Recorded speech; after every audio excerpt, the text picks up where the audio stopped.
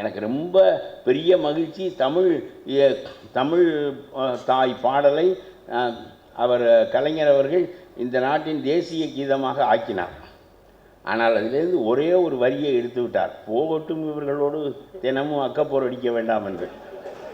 நீராறும் கடல் உடுத்த என்று தொடங்குகிற பாடலில் அவர்தான் முதலமைச்சராக இருந்தார். கலைஞர் செய்த தலையாய பணி என்று சொன்னால் தலையாய பணிகள் 100 உண்டு. ஆனால் தலையாயதிலெல்லாம் தலையாயது தமிழனுக்கு ஒரு தேசிய கீதத்தை தந்து இந்த தெலுங்கனும் வடநாட்டுக்காரனும் குஜராத்தியனும் அந்த பாடலுக்கு எழுந்திருக்க வேண்டிய நிலையை அவர் உண்டாக்கினாரே, அதுதான் அவர் செய்த பணிகளிலெல்லாம் தலையாய பணி. நீராறும் கடல் உடுத்த என்று தொடங்கிய பாடலை வரிசையாக வருகின்ற போது ஆரியம்போல் உலக வழக்கு அழிந்து ஒளிந்து சிதையா உன் சீரிடமை திறம்பி என்று செயல் மறந்து வாழ்த்துதுமே என்று மனோன்மணிய சுந்தரம்பிள்ளை பாடினார். முதல் பார்ப்பன எதிர்ப்பாளர் அவர்தான் விவேகானந்தரிடம் சொன்னார். இந்து மதத்தின் பெருமையை அமெரிக்காவிலே பேசிவிட்டு திருவனந்தபுரத்திலே வந்து பேசிய போது, இவர் பேசிக்கொண்டிருந்த போது ஒரு குரல் எழுந்தது, we are not Hindus. அரண்டு போனார் விவேகானந்தர். who is that? what do you mean என்று அவர் கேட்டார். we are not Hindus, we have got our own religion, we are Tamils, we are not Hindus என்று மனோன்மணிய சுந்தரம்பிள்ளை பேசிய போது அமெரிக்காவிலே அத்தனை பேரையும் கவர முடிந்த விவேகானந்தர் அதோடு மூட்டையை கட்டி கொண்டு போய்விட்டார்.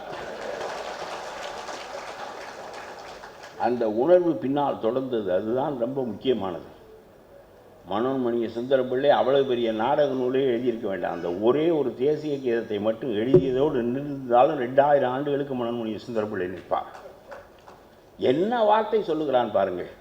கடவுள் எல்லா உலகங்களையும் படைத்து எல்லா மனிதர்களையும் படைத்து எல்லா உயிரினங்களையும் படைத்த பிறகும் கூட அவன் இளமை மாறாமல் படைத்த நிலையிலேயே இருப்பது போல தமிழ், தெலுங்கு, மலையாளம், துளுவம், கன்னடம் போன்ற பல கிளைமொழிகளை தோற்றுவித்த பிறகும் கூட கன்னித்தன்மை மாறாமல் இளமைத்தன்மை மாறாமல் அதே நிலையிலேயே இருக்கிறது.